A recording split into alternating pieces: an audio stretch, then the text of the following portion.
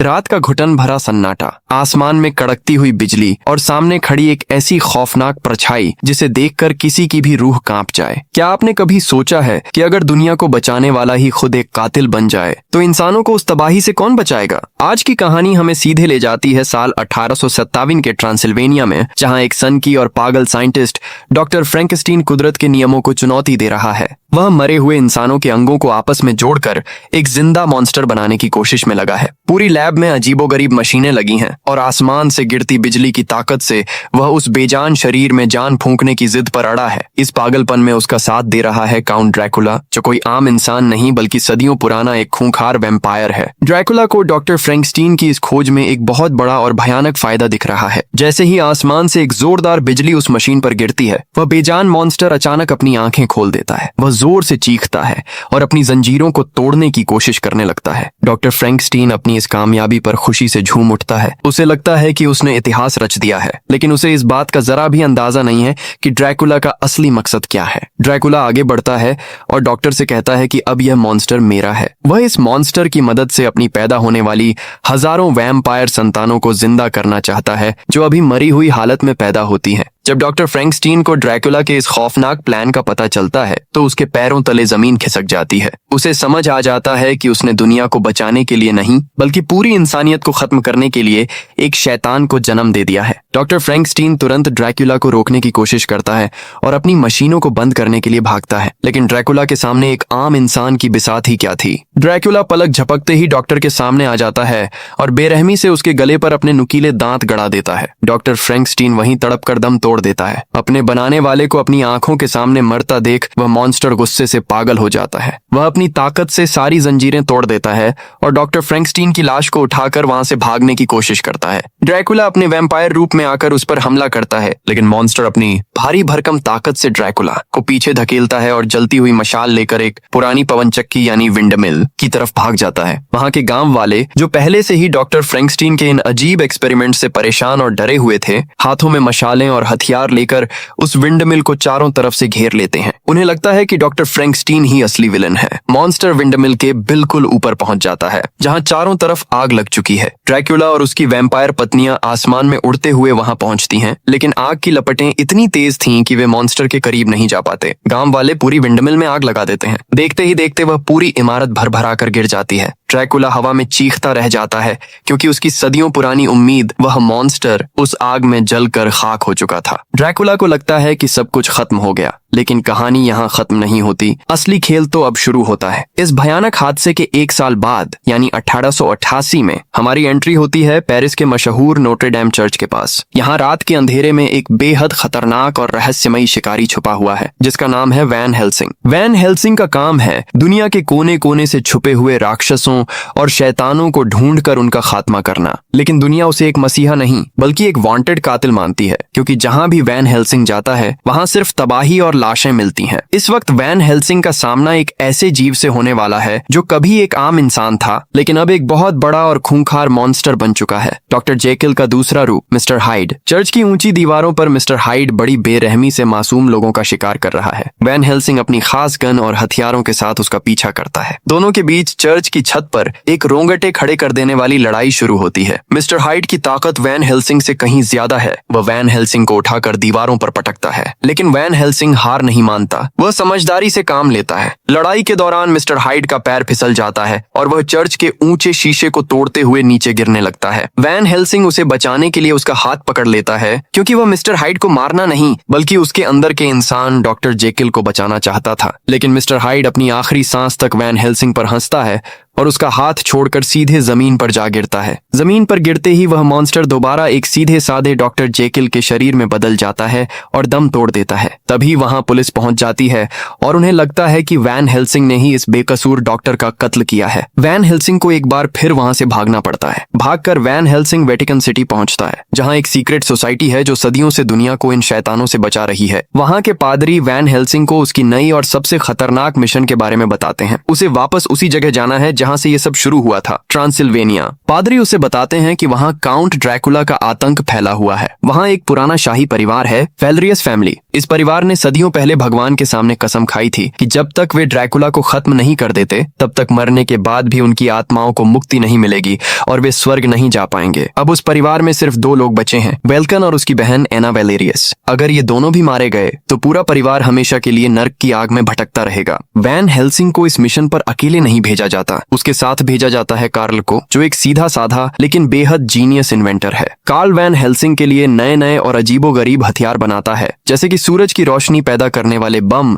और बिना रुके चलने वाली तीर कमान, ऑटोमेटिक क्रॉसबो। वैन हेल्सिंग और कार्ल दोनों मिलकर ट्रांसिल्वेनिया के सफर पर निकल पड़ते हैं। रास्ते के खतरनाक पहाड़ों और घने जंगलों को पार करते हुए वे आखिरकार उस डरावने गांव में कदम रखते हैं। वहां का माहौल इतना भारी और डरावना है कि सांस लेना भी मुश्किल लग रहा है। गांव के लोग बाहरी लोगों को पसंद नहीं करते और जैसे ही वैन हेल्सिंग वहां पहुंचता है सब उसे शक की निगाह से देखने लगते हैं। तभी हवा का रुख बदल जाता है, आसमान में काले बादल छा जाते हैं और दूर पहाड़ों से एक ऐसी चीख सुनाई देती है जो किसी भी कमजोर दिल इंसान को डरा कर मार दे। वैम्पायर्स के आने का वक्त हो चुका था। एना वेलेरियस तलवार लेकर अपनी पोजीशन संभालती है और वैन हेल्सिंग अपनी गन लोड करता है, लेकिन जो खतरा उनके सामने आ रहा था उससे निपटने के लिए क्या वैन हेल्सिंग के ये हथियार काफी होंगे? क्योंकि इस बार ड्रैकुला की 3 वैम्पायर पत्नियां सीधे आसमान से मौत बनकर टूटने वाली थीं। आसमान से एक जोरदार चीख गूंजती है और ड्रैकुला की 3 खूंखार पत्नियां अलेरा, वेरोना और मरीशका बाज की तरह सीधे गांव पर झपटती हैं। उनके बड़े बड़े पंख, नुकीले दांत और आंखों में खून का प्यासा पागलपन देखकर गांव में भगदड़ मच जाती है। लोग अपनी जान बचाने के लिए इधर उधर भागने लगते हैं। एना वेलेरियस बिना डरे अपनी तलवार लेकर उनका सामना करने आगे बढ़ती है, लेकिन वैम्पायर्स की रफ्तार और ताकत के सामने इंसान की तलवार टिक नहीं सकती थी। एक वैम्पायर एना को हवा में उठा लेती है और उसे ऊंचाई से नीचे फेंकने ही वाली होती है कि तभी वैन हेल्सिंग अपनी ऑटोमेटिक क्रॉसबो से पवित्र पानी होली वाटर में डूबे तीरों की बौछार कर देता है। तीर लगते ही वैम्पायर्स की चमड़ी जलने लगती है और वे दर्द से चीखते हुए पीछे हटती हैं। उन्हें अंदाजा नहीं था कि इस मामूली से दिखने वाले शिकारी के पास ऐसे घातक हथियार होंगे। वैन हेल्सिंग और एना मिलकर उनका मुकाबला करते हैं। इसी लड़ाई के बीच मरीशका नाम की वैम्पायर सीधे वैन हेल्सिंग पर हावी हो जाती है। वह उसका गला दबाकर उसे खत्म करने ही वाली होती है कि वैन हेल्सिंग चालाकी से अपने क्रॉसबो को पवित्र पानी के कुएं में डुबोता है और सीधे मरीशका के दिल पर निशाना साध देता है। तीर लगते ही मरीशका के शरीर में एक भयानक ब्लास्ट होता है और वह देखते ही देखते काली राख में बदल जाती है। अपनी एक बहन को तड़पकर मरते देख अलेरा और वेरोना गुस्से से पागल हो जाती हैं। वे पूरे गांव को तहस नहस करने की कसम खाती हैं और चीखती हुई वापस अपने पहाड़ों के महल की तरफ उड़ जाती हैं। गांव वाले पहली बार किसी वैम्पायर को मरते हुए देख हैरान थे, लेकिन इस जीत के बाद भी वे वैन हेल्सिंग का शुक्रिया अदा नहीं करते बल्कि उसे कोसने लगते हैं। उनका मानना था कि एक वैम्पायर को मारकर वैन हेल्सिंग ने ड्रैकुला के गुस्से को बुलावा दे दिया है और अब ड्रैकुला पूरे गांव को जिंदा दफन कर देगा। एना वैन हेल्सिंग को अपने महल में ले जाती है। वहां बातों बातों में वैन हेल्सिंग को एहसास होता है कि उसका अतीत इस वेलेरियस परिवार और ड्रैकुला से बहुत पुराना और गहरा जुड़ा हुआ है, लेकिन एक हादसे की वजह से वह अपनी पुरानी जिंदगी की यादें पूरी तरह खो चुका है। उसे सिर्फ इतना याद है कि वह भगवान के लिए काम करता है। इसी बीच कहानी में एक और खौफनाक मोड़ आता है। वेल्कन, जो कि एना का भाई है और जिसे सब मरा हुआ समझ रहे थे, वह असल में जिंदा था, लेकिन वह एक बहुत ही डरावने अभिशाप से जूझ रहा था। पिछले एक हमले के दौरान एक वेयरवुल्फ भेड़िया मानव ने उसे काट लिया था। रात होते ही आसमान में पूरा चांद, फुल मून चमकने लगता है और वेल्कन का शरीर तड़पने लगता है। उसकी हड्डियां टूटने लगती हैं, चेहरे पर घने बाल आने लगते हैं और देखते ही देखते वह एक आदमखोर वेयरवुल्फ में बदल जाता है। वह खिड़की तोड़कर महल के अंदर घुस आता है। एना अपने भाई को इस हालत में देखकर पूरी तरह टूट जाती है। वह उसे मारना नहीं चाहती, लेकिन वह वेयरवुल्फ अब उसका भाई नहीं बल्कि एक भूखा दरिंदा बन चुका था जो अपनी ही बहन पर हमला कर देता है। वैन हेल्सिंग तुरंत बीच में आता है और अपनी गन निकालकर उस वेयरवुल्फ का पीछा करता है। वेल्कन भागकर जंगल की तरफ जाता है और वैन हेल्सिंग भी उसके पीछे पीछे ड्रैकुला के पुराने वीरान किले तक पहुंच जाता है। वहां छुपकर वैन वैन हेल्सिंग जो देखता है उसके होश उड़ जाते हैं। किले के अंदर काउंट ड्रैकुला और डॉक्टर फ्रैंकस्टीन का वफादार नौकर इगोर एक बहुत बड़े और सीक्रेट एक्सपेरिमेंट को अंजाम दे रहे थे। वहां दीवारों पर हजारों की तादाद में अजीबोगरीब अंडे लटके हुए थे जिनके अंदर ड्रैकुला के मरे हुए बच्चे बंद थे। ड्रैकुला को अपने इन लाखों बच्चों में जान फूंकने के लिए बिजली की भारी ताकत की जरूरत थी जो उसे सिर्फ डॉक्टर फ्रैंकस्टीन की उस पुरानी मशीन से मिल सकती थी। लेकिन उस मशीन को चलाने के लिए एक खास सोर्स चाहिए था। ड्रैकुला ने वेयरवुल्फ बने वेल्कन को उस मशीन से बांध दिया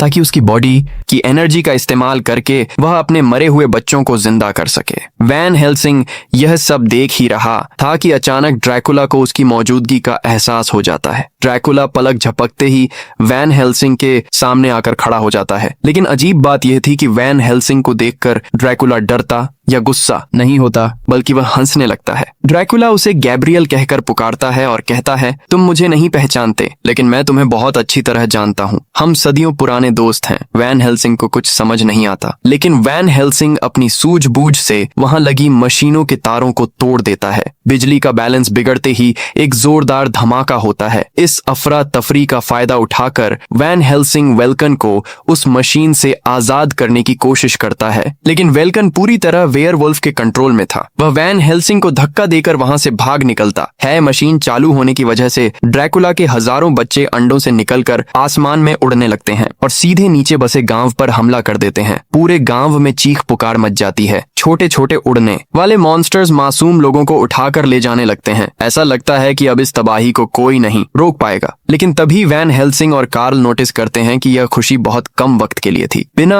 डॉक्टर फ्रैंकस्टीन के असली फॉर्मूले के वे बच्चे ज्यादा देर तक जिंदा नहीं रह सकते थे। कुछ ही मिनटों में हवा में उड़ते उड़ते वे सारे बच्चे पानी की तरह पिघलकर जमीन पर गिरने लगते हैं। ड्रैकुला का यह प्लान भी पूरी तरह फेल हो जाता है। ड्रैकुला गुस्से से पागल हो जाता है। उसे समझ आ जाता है कि जब तक डॉक्टर फ्रैंकस्टीन का वह असली मॉन्स्टर जिंदा नहीं मिलता तब तक उसके बच्चे कभी पूरी तरह जिंदा नहीं हो पाएंगे। और सबसे बड़ी बात, वह मॉन्स्टर विंडमिल की आग में मरा नहीं था, वह कहीं छुपा हुआ था। वैन हेल्सिंग और एना को भी इस बात का सुराग मिल जाता है कि असली मॉन्स्टर अब भी जिंदा है। वे दोनों उसे ढूंढने के लिए उसी पुरानी जली हुई विंडमिल की तरफ भागते हैं। वहां पहुंचकर जब वे जमीन के मलबे को हटाते हैं तो उन्हें एक गहरा बंकर मिलता है। वैन हेल्सिंग अपनी टॉर्च लेकर अंदर जाता है और तभी अंधेरे में से दो भारी और मजबूत हाथ वैन हेल्सिंग का गला पकड़ लेते हैं। वह कोई और नहीं बल्कि डॉक्टर फ्रैंकस्टीन का वही मॉन्स्टर था जो सालों से इस अंधेरी दुनिया में छुपा हुआ था। लेकिन अब खतरा यह था कि ड्रैकुला के वफादार नौकर और वेयरवुल्फ भी उसी तरफ बढ़ रहे थे। क्या वैन हेल्सिंग उस मॉन्स्टर को ड्रैकुला के चंगुल से बचा पाएगा? अंधेरे बंकर में खड़ा वह मॉन्स्टर कोई आम विलेन नहीं था। जब वैन हेल्सिंग उसकी आंखों में देखता है तो उसे समझ आता है कि इस भयानक शरीर के अंदर भी एक मासूम दिल है जो सिर्फ जिंदा रहना चाहता है। मॉन्स्टर चिल्लाकर कहता है कि वह कोई शैतान नहीं है और लोग उसे जीने नहीं देते। वैन हेल्सिंग उसे यकीन दिलाता है कि वह उसकी जान बचाने आया है, क्योंकि अगर ड्रैकुला के हाथ ये मॉन्स्टर लग गया तो पूरी दुनिया में वैम्पायर्स का राज हो जाएगा। एना और वैन हेल्सिंग फैसला करते हैं कि वे इस मॉन्स्टर को चुपचाप एक सीक्रेट रास्ते से वेटिकन सिटी भेज देंगे ताकि ड्रैकुला इसे कभी ढूंढ न पाए। वे मॉन्स्टर को एक पुरानी घोड़े की गाड़ी में छुपाकर जंगल के रास्ते निकलने की कोशिश करते हैं। रात का वक्त था, चारों तरफ घना कोहरा छाया हुआ था और रास्ता बेहद खतरनाक था। कार्ल गाड़ी चला रहा था जबकि वैन हेल्सिंग और एना हथियारों के साथ पहरा दे रहे थे। लेकिन ड्रैकुला को उनके इस प्लान की भनक लग जाती है। अचानक हवा में एक भयानक गूंज होती है और ड्रैकुला की बची हुई दो पत्नियां और वेयरवुल्फ बना वेल्कन सीधे उनकी गाड़ी पर हमला कर देते हैं। चलती हुई गाड़ी पर एक रोंगटे खड़े कर देने वाली जंग शुरू हो जाती है। बेरोना नाम की वैम्पायर गाड़ी की छत को फाड़कर मॉन्स्टर को खींचने की कोशिश करती है, लेकिन वैन हेल्सिंग अपनी गन से उस पर लगातार गोलियां बरसाता है। इसी अफरा तफरी में वेयरवुल्फ बना वेल्कन सीधे वैन हेल्सिंग पर कूद पड़ता है। वैन हेल्सिंग अपनी जान बचाने के लिए उससे लड़ता है, लेकिन एक दिल दहला देने वाला मोड़ तब आता है जब लड़ाई के दौरान वेल्कन वैन हेल्सिंग के हाथ पर जोर से काट लेता है। वैन हेल्सिंग दर्द से चीख उठता है, लेकिन वह हिम्मत नहीं हारता। वह अपनी चांदी की गोलियों वाली गन सीधे वेल्कन की छाती पर रखता है और ट्रिगर दबा देता है। गोली लगते ही वेल्कन दूर जा गिरता है और तड़पते हुए दम तोड़ देता है। मरते वक्त उसका शरीर वापस एक इंसान में बदल जाता है। एना अपने भाई की लाश देखकर फूट फूट कर रोने लगती है। तभी एक और बड़ी मुसीबत सामने आती है। एलेरा नाम की वैम्पायर इस ड्रामे का फायदा उठाकर एना को अपने चंगुल में दबोच लेती है और उसे हवा में उड़ाकर सीधे ड्रैकुला के महल की तरफ ले जाती है। जाने से पहले वह वैन हेल्सिंग को एक अल्टीमेटम देती है कि अगर एना की जान प्यारी है तो डॉक्टर फ्रैंकस्टीन फ्रैंकेनस्टीन के इस मॉन्स्टर को लेकर ड्रैकुला के पास आ जाओ। वैन हेल्सिंग अब एक बहुत बड़ी दुविधा में फंस चुका था। एक तरफ पूरी दुनिया की भलाई थी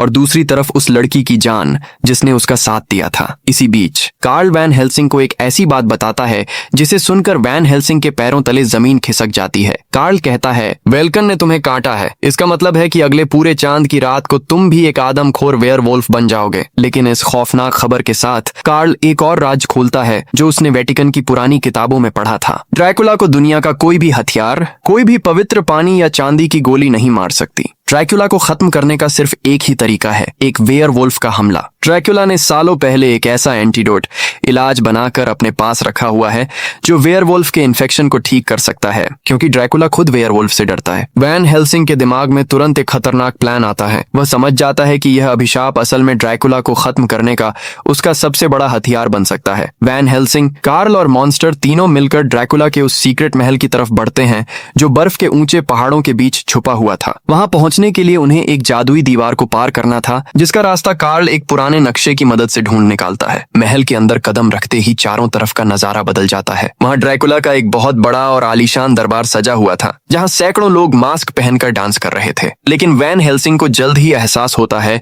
कि वे लोग इंसान नहीं, बल्कि ड्रैकुला के वफादार वैम्पायर्स और शैतान हैं। क्या वैन हेल्सिंग खुद भेड़िया बनने से पहले इस खौफनाक महल से एना और मॉन्स्टर को सही सलामत बाहर निकाल पाएगा? वैन हेल्सिंग बिना वक्त गंवाए सीधे ड्रैकुला के उस आलीशान दरबार में कूद पड़ता है। कार्ल चुपके से उस पिंजरे की तरफ बढ़ता है जहां एना कैद थी, और अपनी सूझबूझ से वह पिंजरा खोलकर एना को आजाद कर लेता है। लेकिन जैसे ही वे भागने की कोशिश करते हैं, ड्रैकुला के वैम्पायर सैनिक उन्हें चारों तरफ से घेर लेते हैं। वैन हेल्सिंग अपनी पूरी ताकत से उन पर टूट पड़ता है, लेकिन तभी आसमान में बादलों को चीर कर पूरा चांद, फुल मून निकल आता है। चांद की रोशनी पड़ते ही वैन हेल्सिंग का शरीर भयानक तरीके से कांपने लगता है। उसकी चीखें पूरे महल में गूंज उठती हैं। देखते ही देखते उसकी हड्डियां बढ़ने लगती हैं, खाल काली पड़ने लगती है और वह एक बेहद विशाल और खूंखार काले वेयरवुल्फ में बदल जाता है। यह देखकर ड्रैकुला के चेहरे से हवाइयां उड़ जाती हैं, क्योंकि सदियों से अमर रहे ड्रैकुला की मौत सिर्फ एक वेयरवुल्फ के हाथों ही लिखी थी। वैन हेल्सिंग अपनी सुध बुध खोकर सीधे ड्रैकुला पर झपट पड़ता है। दूसरी तरफ महल की ऊंची मीनार पर अलेरा नाम की आखिरी वैम्पायर पत्नी एना का रास्ता रोक लेती है। दोनों के बीच आर पार की जंग शुरू होती है। अलेरा अपनी वैम्पायर ताकतों से एना को दीवार पर पटकती है, लेकिन तभी कार्ल वहां पहुंचता है और वैन हेल्सिंग का बनाया हुआ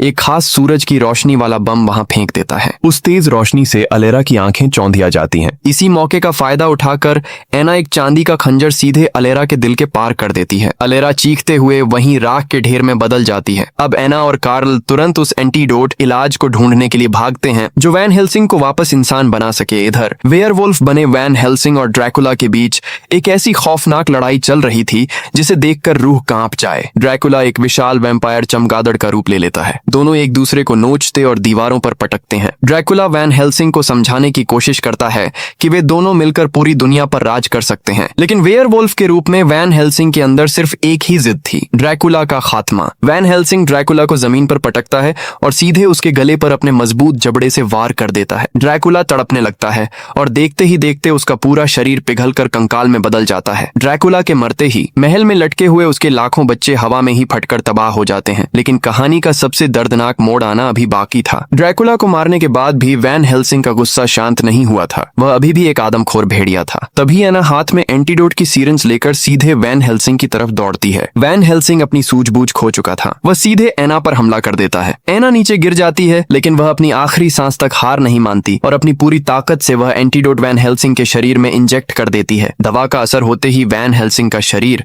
वापस एक इंसान में बदलने लगता है। उसके घने बाल गायब हो जाते हैं और वह होश में आता है। लेकिन जैसे ही वह नीचे देखता है, उसके पैरों तले जमीन खिसक जाती है। उसके हाथों में एना की बेजान लाश थी। एंटीडोट लगाने के चक्कर में वैन हेल्सिंग के आखिरी हमले से एना की जान जा चुकी थी। वैन हेल्सिंग एना को अपनी बाहों में पकड़कर फूट फूट कर रोने लगता है, लेकिन अब बहुत देर हो चुकी थी। उसने दुनिया को तो बचा लिया था, पर उस लड़की को खो दिया जिसने उस पर सबसे ज्यादा भरोसा किया था। कुछ दिनों बाद समुद्र के ऊंचे किनारे पर वैन हेल्सिंग और कार्ल मिलकर एना का अंतिम संस्कार करते हैं। जैसे ही एना के शरीर को आग दी जाती है, वैन हेल्सिंग आसमान की तरफ देखता है। बादलों के बीच उसे एना और उसके पूरे वेलेरियस परिवार की आत्माएं मुस्कुराती हुई स्वर्ग की तरफ जाती दिखाई देती हैं। उनका सदियों पुराना श्राप अब टूट चुका था और उन्हें आखिरकार मुक्ति मिल चुकी थी। वैन हेल्सिंग अपने आंसुओं को पोंछता है और कार्ल के साथ एक नए सफर पर निकल पड़ता है, दुनिया के बाकी बचे शैतानों का खात्मा करने के लिए, क्योंकि उसका मिशन अभी खत्म नहीं हुआ था।